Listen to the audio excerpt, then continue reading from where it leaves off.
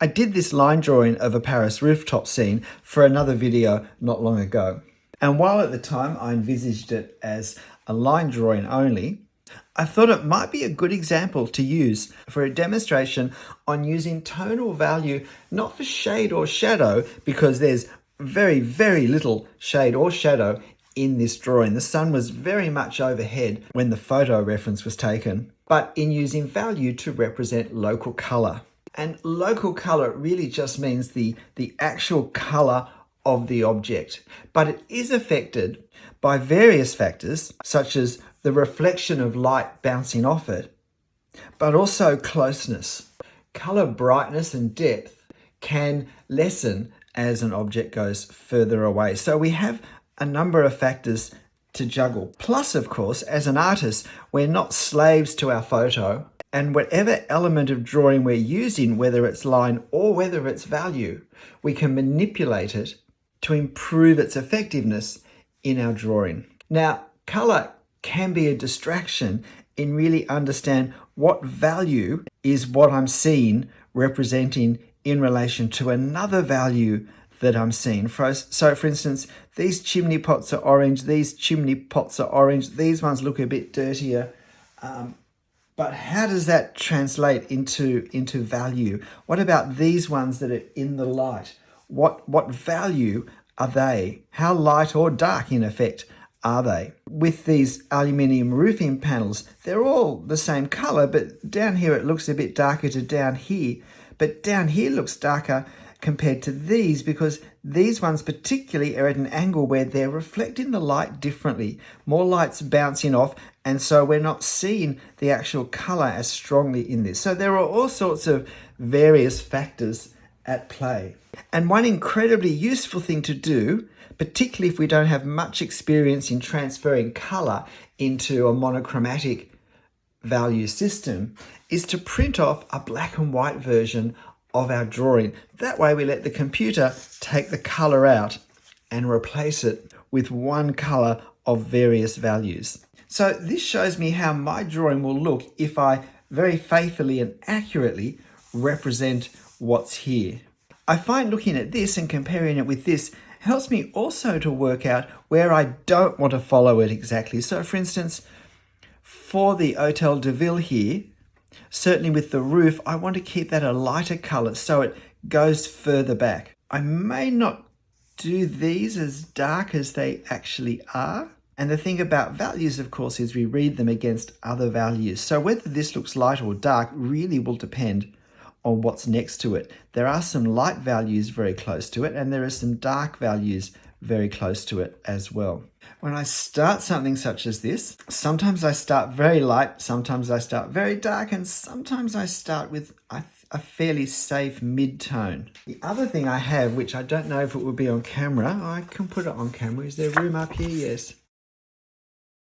Is my marker color chart. Give me a good sense of all of these tonal values from my markers. And I've done it on the same paper that I use for my drawing because that can affect things as well. So I'm looking and thinking, well, look, this is definitely going to be a 3. I might end up making it a 4, but I do want this to be darker than this. So if this is a 3, then that has to be a 2, and 2 is fairly light. I think I'd be using 2 for further back. Maybe I'll bite the bullet and start with this with 4 and then this with 3, and then see where I go with this, whether it's 3 or 2. I think I might start with this way and then work out these darker values here.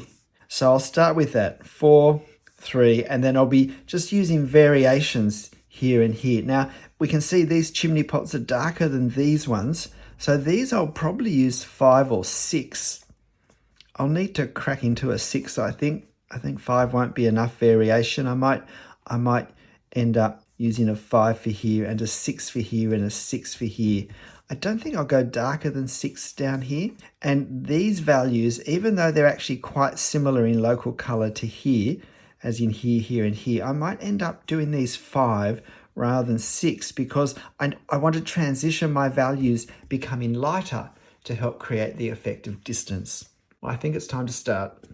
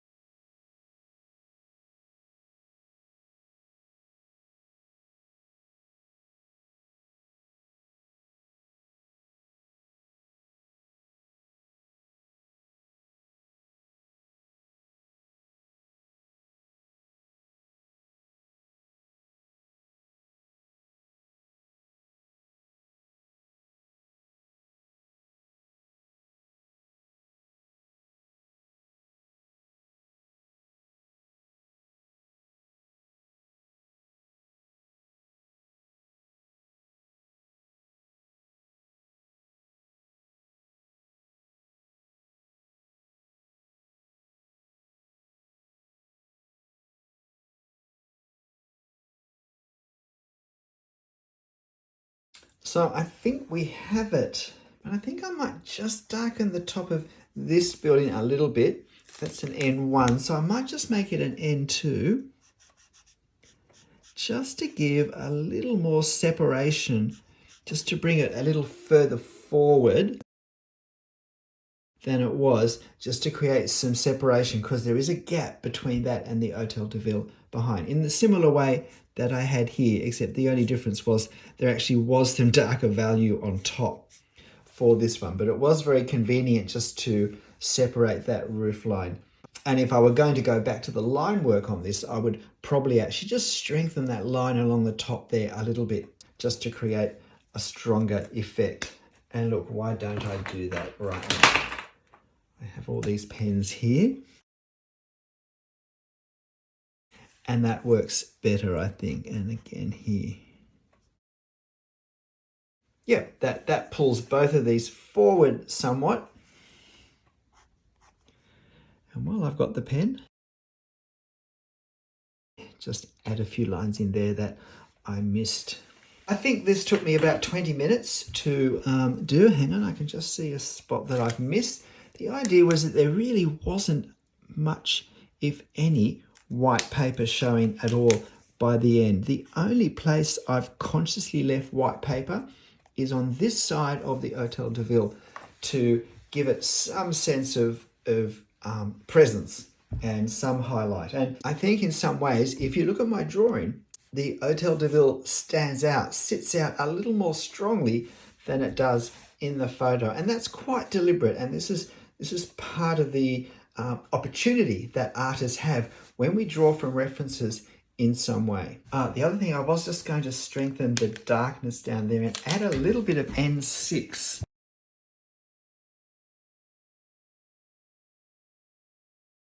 That does just bounce back from there, I think. So in my other hand, off camera, I've just been basically holding the pens that I've been using. So I finished up with 0, 1, 2, 3, 4, 5, and 6 in my hand. But as you can see, there is a lot of back and forth as this has worked. Oh, look, that's what I did realize too. I'd actually forgotten to draw this in at all. There. I feel better now. All that's left now is to remove the tape.